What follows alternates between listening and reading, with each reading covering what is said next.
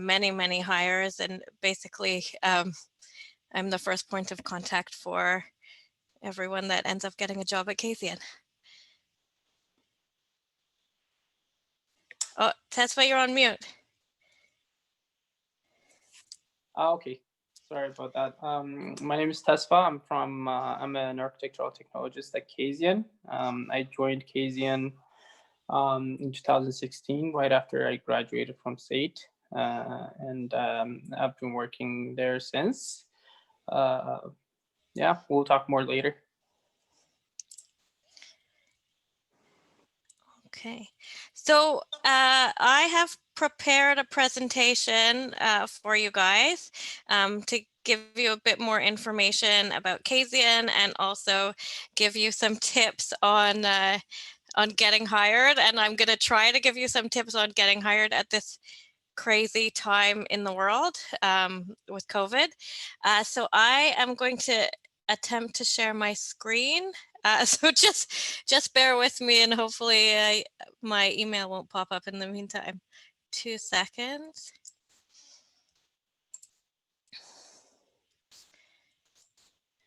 Okay. Are we good? Yeah, we see it. Okay. So my presentation I'm sure that you guys will have questions based on the presentation. Nico, should we put questions in the chat as we go, or just do them at the end? I can point them out if I see them in the chat as we go. Okay, sounds good. Okay, so I will start here. So this is what I've organized. I'll start with an introduction, talk about Kasian, our projects, our workforce, getting hired from SAIT, what we look for, tips for applications, job search tips, and then Tesfa. I'm going to turn it over to Tesfa, and he'll show you some documents he's working on, and talk through his experience working at Kasian, and then we can go back to questions. So here's a bit of information about Kasian. We're an international architecture firm. We've got 250 people across 6 offices. Our offices are in Vancouver, Calgary, Edmonton, Toronto, Victoria, and Doha. Our largest office is in Vancouver. We've got 110 people here in Vancouver, which is where I'm based. And the firm is focused on 5 market sectors: workplace, which is mainly interiors work, like offices; public, which includes transportation, such as airports, utilities, government buildings, that sort of thing; commercial, retail, high-rise, seniors living, and healthcare. So I'll show you some examples of our projects. This is just a pretty random sample, but to give you a sense of the work and also the geographies. This is Surrey City Hall, which we did with Moriyama Tashima. I don't know if you guys are aware, but it's also St. Bonaventure Hospital on the Good Doctor. The YVR Link building here in Vancouver. We're also working on a large extension at YVR, and this is it under construction. I think it's moved along a little bit since this photo was taken. This is Stanton Territorial Hospital in Yellowknife, which we completed a couple of years ago. This is the RCMP building in Kelowna. I believe this was the opening day ceremony. And this one may be a bit more familiar to you guys, the YW Hub in Calgary. This is the Porsche dealership on Terminal Avenue in Vancouver, and the Grand Villa Casino in Edmonton. So that's just to give you a bit of a selection of our work. I wanted to chat about our workforce. So this is kind of interesting. About approximately half of our Vancouver workforce is foreign trained, but this is actually pretty true across our offices. And here's some insight into where where people are from.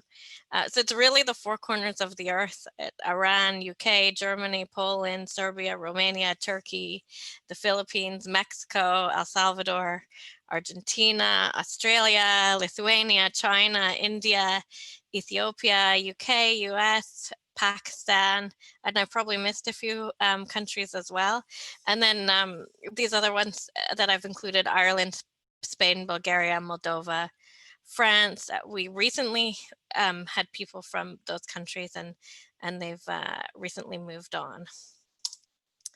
Okay, so getting hired out of state. So our last few state architectural technology hires have been students who did their week-long practicums with us and made a good impression. It was also a good way for the students to see what it's like to work in a firm. I did want to emphasize that I understand that this model does create a challenge for this academic year, because I don't think the practicums are as likely to happen given the COVID situation. So what we look for on paper. So here's some insight into what I look for when I'm reviewing resumes.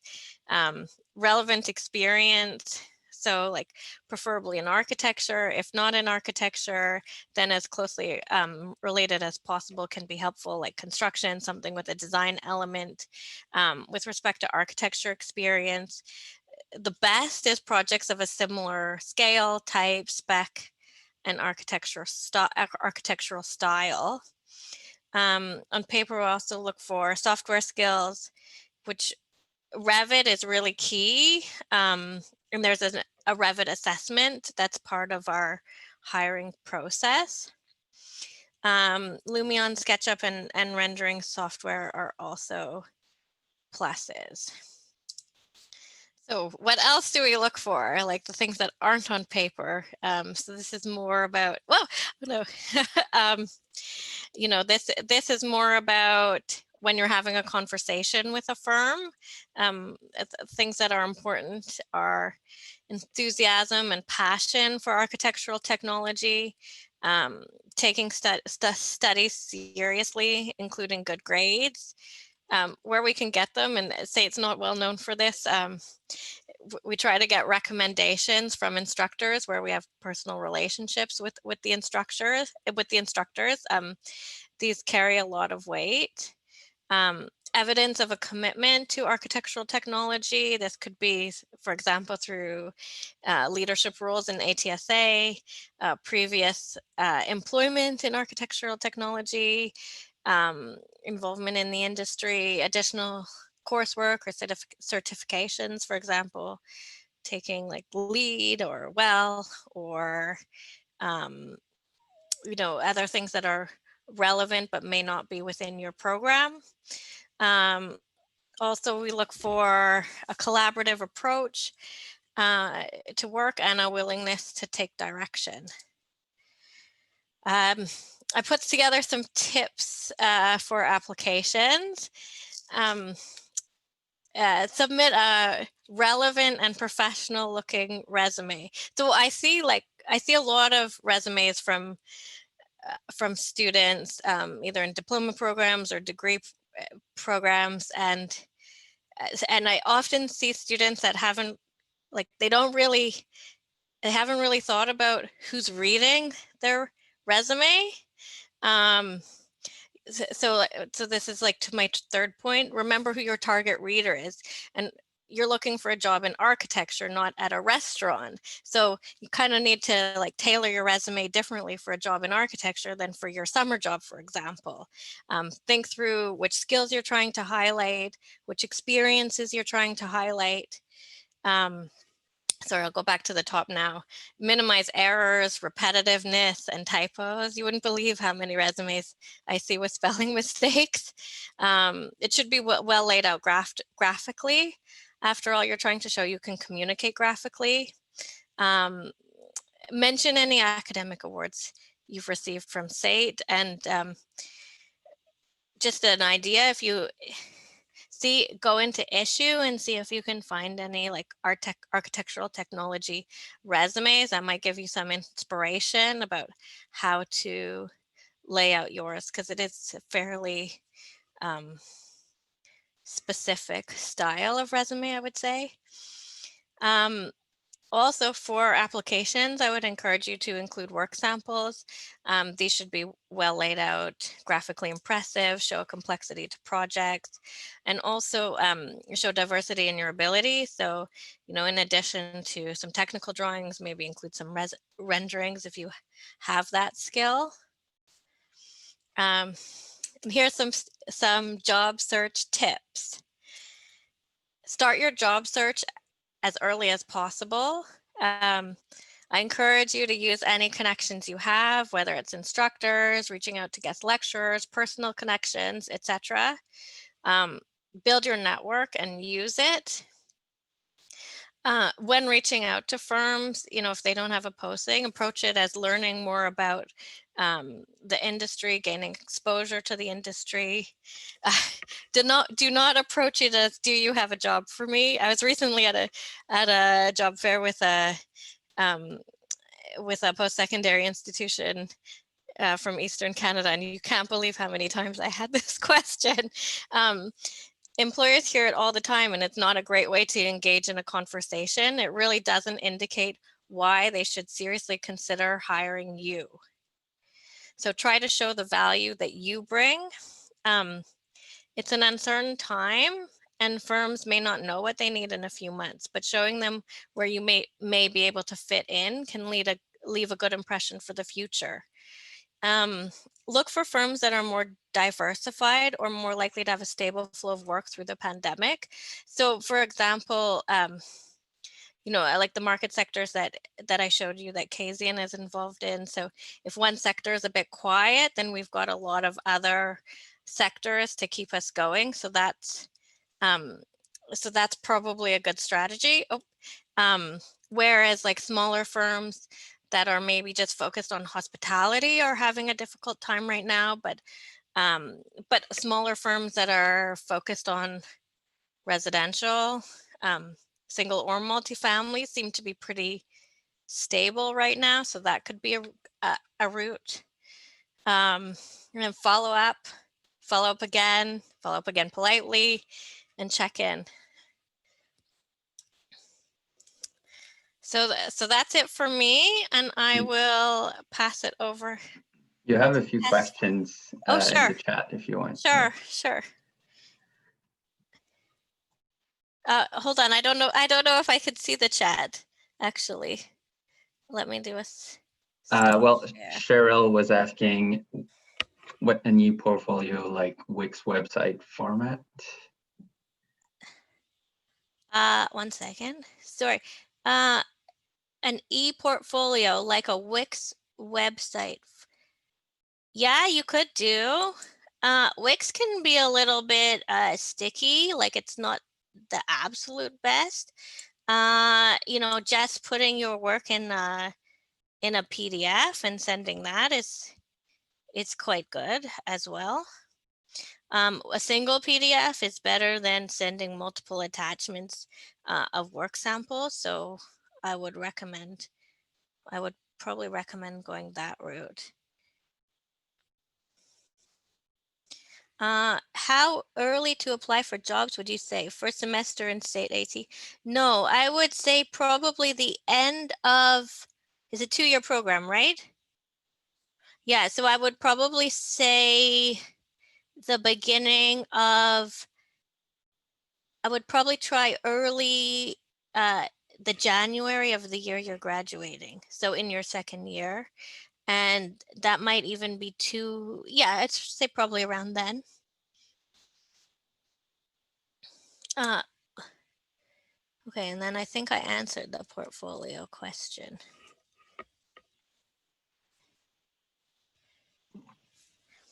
Is there any others? No. Okay. I think if I can here, before I move on to my presentation, just to emphasize on a couple of things that worked for me, and bear in mind that this is a different time now than 2 years ago. But the first is so applying early and I'm telling you the things that worked for me and my friends. But the applying early, you can never be too early for anything, because everyone knows that you're going through school and then you'll be done at a certain time. So just getting your name out there as early as possible can be very beneficial. You'll have the advantage of having the whole focus of the employers, basically, instead of having 100 resumes. If you're early, that could be very useful. The other one is what was called, I don't know if you guys still have it, information interview. I don't know if you guys are still doing that. So it's basically an interview with let's say you're targeting Kasian or Dialogue or not any other firm that you would like to work, based on their work, based on their like location and all that stuff, right? Or industry. So if you're targeting a firm, what can be really useful is you can like go to LinkedIn, see who works there, see if you can contact them, make them a connection, contact them and say, can you have, do you have 30 minutes where we can have a coffee, and then just so that I can learn about your, the firm you're working, what you do every day, and all that stuff. And this can, and I think what Ilana said, you're not approaching for a job, you're just approaching to learn about the industry and about the company that you like to work for. This can lead to more opportunities, and I find this very, very useful during now. This is kind of different, COVID, of course, but I'm sure there are ways that you can find to do that. So yeah.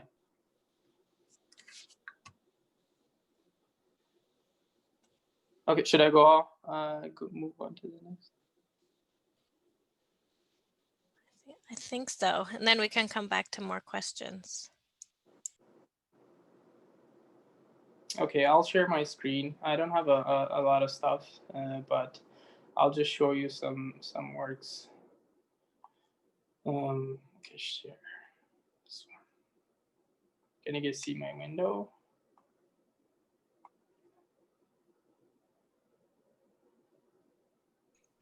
Yeah, we can see it. Okay.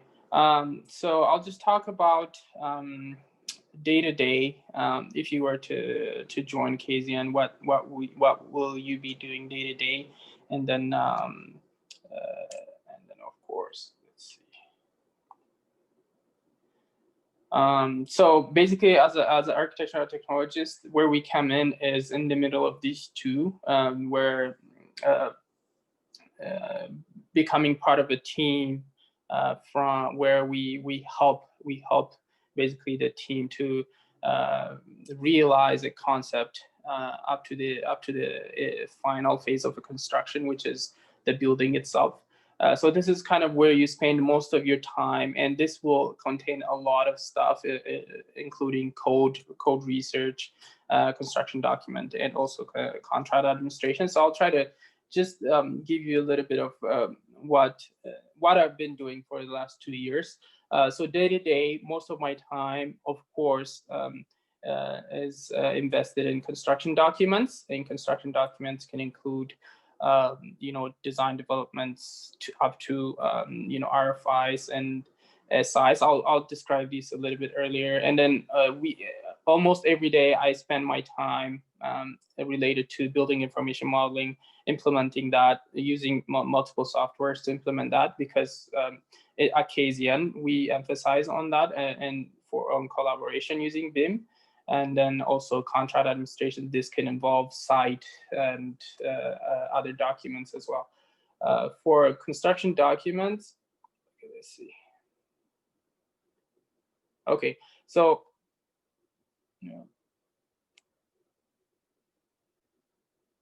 this is just a document that I'm just showing you. Construction documents can be, like I say, design developments, or you can be helping some project architects prepare some sort of conceptual floor plans, conceptual site plans. But this was a project that I was on an industrial building, which this is basically a 100% DD package, which is design development. It's not a lot of details, does not have a lot of information, but this is where you basically will be researching a lot of code-related items about the building, building bylaw, or based on the location, and also some other like material research and all that stuff. Site plan, you might be working on site plan presentations for the client or for the city. These are all the things that you might be doing on day to day. And then, of course, you go to construction document. The other one is building permit documents, or IFC, which is issue for construction document. They go hand in hand sometimes. And this is kind of the project that I'm working on right now. It's a parkade building. It is really complicated building. We even have elevator consultants, and the facade consultant is a different. We have a lot of consultants on this one. This is it says a 90% progress set, but it's closer to IFC. It has all the information that a plan requires for construction and also for the city for a building permit. So this is just one side of the plan.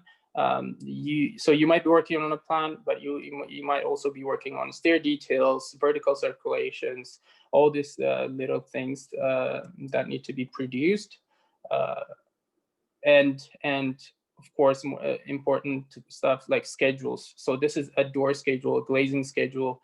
You might have other schedules that need to be produced. The door schedule, this one was produced in collaboration with the door providers. So they were giving us a lot of information that we had to put in here.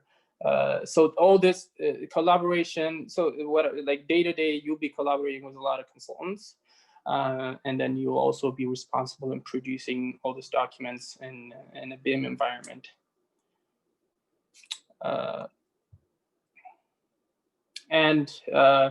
What you've been learning for the last 2 years in terms of building science, material, and how to prepare details will come in handy when you're doing detailed drawings like this. This is a section drawing sheet that I just took from the document.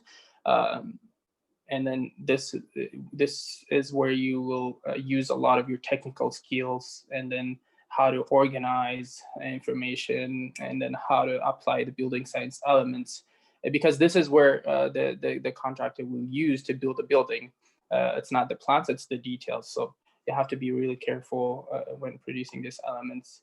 And BIM Kasian, it's our integral part of our design process. We use a lot of softwares, including Revit, Navisworks, Lumion, and Bluebeam, and all that stuff. All these are part of the BIM. And then, of course, most of our clients also use that. So you have to, sometimes you're responsible with the BIM manager, you're responsible in collaborating and coordinating and making sure that everything is aligned, there's no clash. So you might have to be detecting that as well. And then sometimes you might be involved in contract administration. At this phase on the parkade building, the one that I showed you earlier, this is what the stage we're at because it's under construction. Sometimes you have to answer requests for information from the contractor, and then most of the time they want it really quick. So you may be answering those. You might be producing site instruction. If something is changing, you might be answering or preparing those instruction and change orders for the contractor, and then you'll be also going to site for reviews and site visits. So this is the parkade building that I'm talking about. In terms of industries, like Ilana said, might be commercial buildings that you might be working on, or you might be working on an industrial building, or like residential, high-rise or low-rise residential buildings. Or you might be working on a small interior, like just a small part of a building. I want to show you some, just in terms of the scale. New share. I'll just show you this.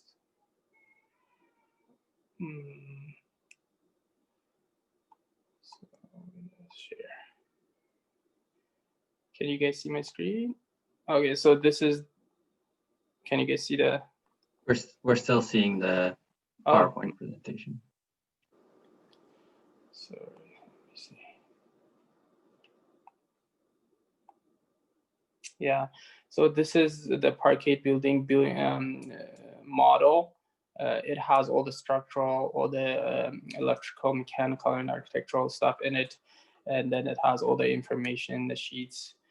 So it's really complex building, but also as a comparison, you might be working for a small like shed building that needs to have same sort of information here, like in terms of construction document. So this is kind of a day-to-day work that you might be doing in Kasian.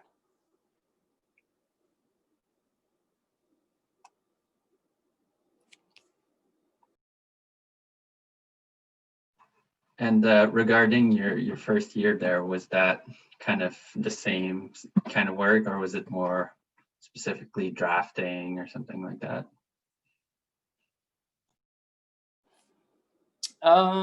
First year, to be honest, because I had a bit of background in architecture before joining Kasian, I was lucky enough to be involved in multiple phases of different projects. Some of them were schematic design or just producing some renderings, and then some of them can be some construction documents. So it was my first year at Kasian was interesting because of that. I was involved in multiple phases of the project. But it gradually, if you're starting from let's say just answering RFIs or just drafting, let's say, stair details or having door schedule prepared, gradually you'll be taking on more responsibilities for a project and producing other documents as well. So.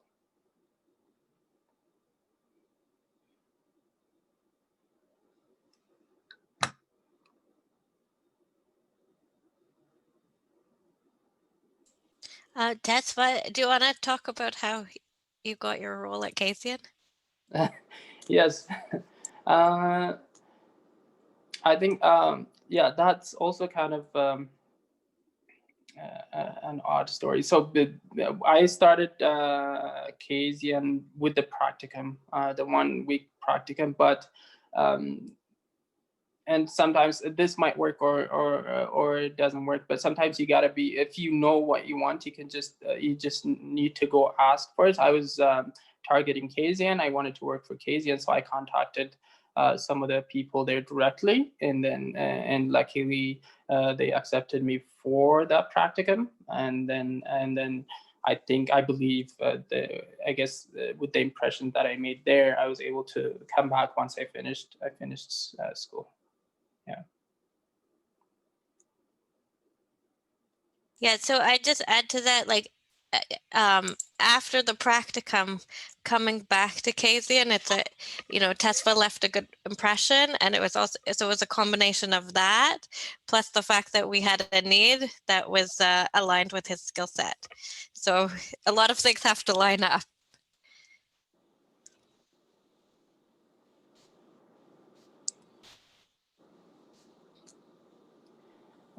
How do you decide how much information goes into Revit model? Is there a standard?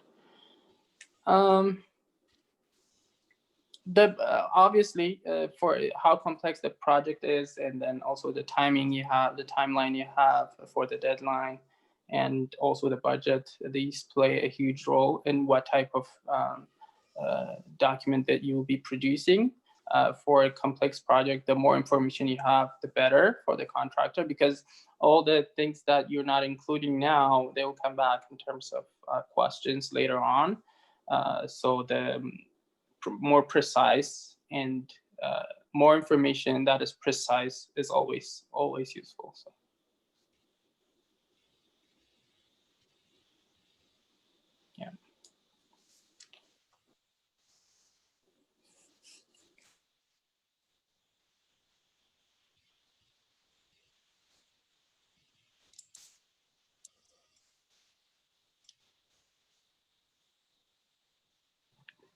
And for practicums, I guess this goes more to Alana.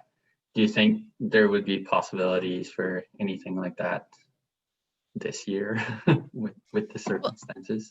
I mean, the truth, we're all at home still, so I don't think that with that situation, a practicum would be as likely or as effective.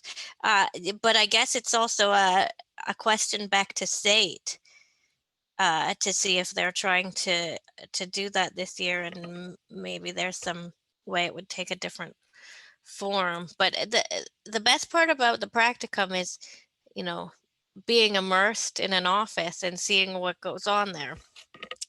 And I don't think that can really happen right now, but hopefully things will change quickly.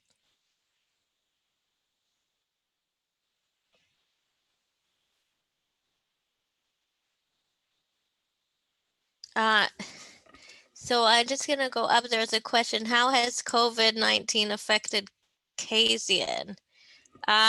Well, I mean, the first thing that happened is we all started working from home, and we're still there. The Edmonton office had gone back fully, but now they're back at home because of the numbers in Alberta. So it's affected how we work. You know, the work's still getting done. We chat a lot to our colleagues on Teams, that sort of thing. And in terms of the workload, luckily we've been, I mean, it hasn't been exactly the same, but it's been pretty stable, because of I think it's attributable to the diversity of the work that we have. You know, like we've got a lot of hospital work that's been very, very stable, and those projects are big, so there's a lot of people on those teams, for example. But you know, so some things have stopped and other things have started, which is kind of just the nature of the industry. So I hope that answers your question, but if you have something more specific on that, let me know and I can try to answer that as well. Looks like Darren has comments on the practicum. And then how many people do you have in Calgary, Edmonton, and Vancouver? So in Calgary, we've got about 50. In Edmonton, the office is small. It's about between 20 and 25. And in Vancouver, 110. I should add that the next biggest office after Vancouver is Toronto, and there's about 70 there.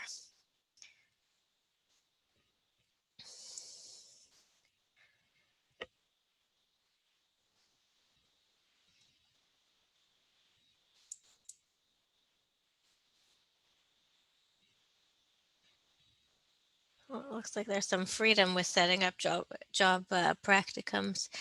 You know, if you can manage to set something up, whether it's shorter, whether it happens while you're working, while everyone's at home, like any exposure and any opportunity to build relationships is good. So I would encourage you to do what you can.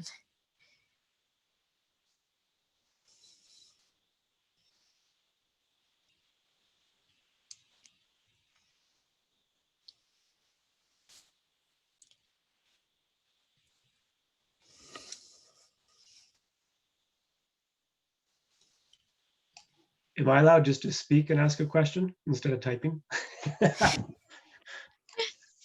Tessa, I was just curious. So the M&E consultants contributed to that BIM model for the parkade. Is that across the board? Are you finding they're doing that more? Because when I left the industry, when I left the office, M&E was not, like mechanical, electrical were not.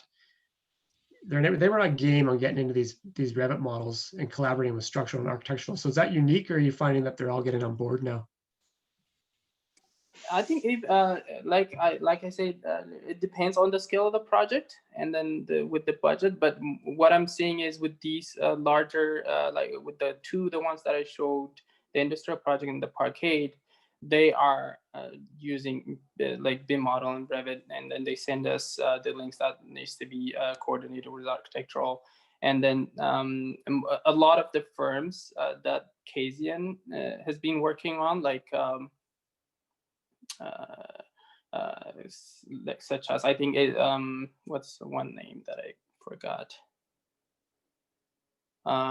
There are engineering firms like mechanical and electrical firms that they're using Revit right now for smaller projects. Kind of they're ruling out AutoCAD, I think.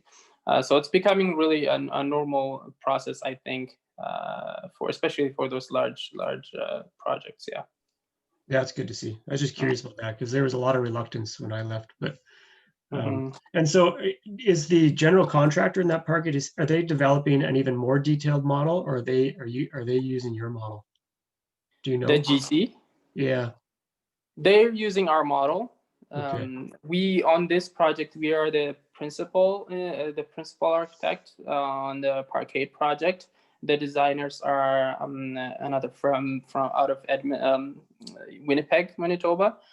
So we are responsible for all the details, and then the technical part, coordinating the technical part with other consultants. So they use all our details. We have to provide, if they have any questions, we have to provide with all the information on that.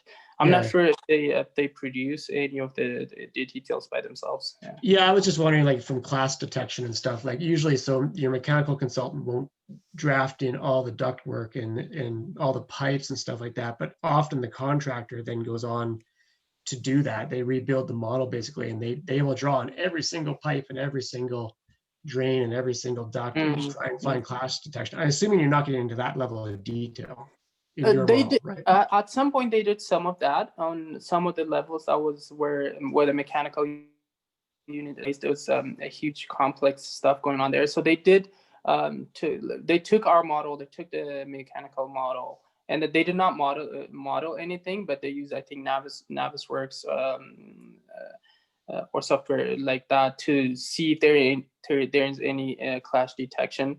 But usually, because we can see the model ourselves, we constantly run into these errors, or so we like right away we try to correct them with our consultants. So they're minimal, kind of, Nice. Okay, thanks.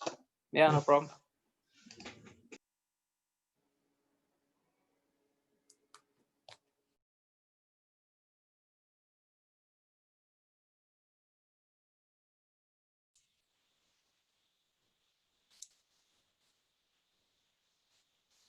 Any other questions for us, either on chat or live? Yeah, Alana. Yes. This is Cheryl Friars, one of the other instructors. I don't know why my camera isn't going, but anyways, obviously with the COVID and the, we'll come to maybe a new normal. The vaccines are coming out. Maybe your office might be ready, but our students that are graduating, they're not, the timing might not be right for that work practicum. Is there any time, like they're searching for work maybe in the summer, but maybe your office gets back on track and you are operating in a physical space? Some of the students that graduated maybe missed out on that opportunity. Would there be, say, an opportunity for them to even just get 1 week in the office, whether it's job shadowing, work practicum, but they've already graduated, just have an opportunity with just the intention of experiencing it and getting a recommendation from Kasian or something like that? I would think so. I mean, we're very proud of the relationship that we have with SAIT, and really enjoy working with the students, and there's a lot of enthusiasm and interest in that. So if that happens not in February like usual, but 6 months later, I think that can definitely be accommodated and definitely be a conversation for sure. Awesome. Thanks.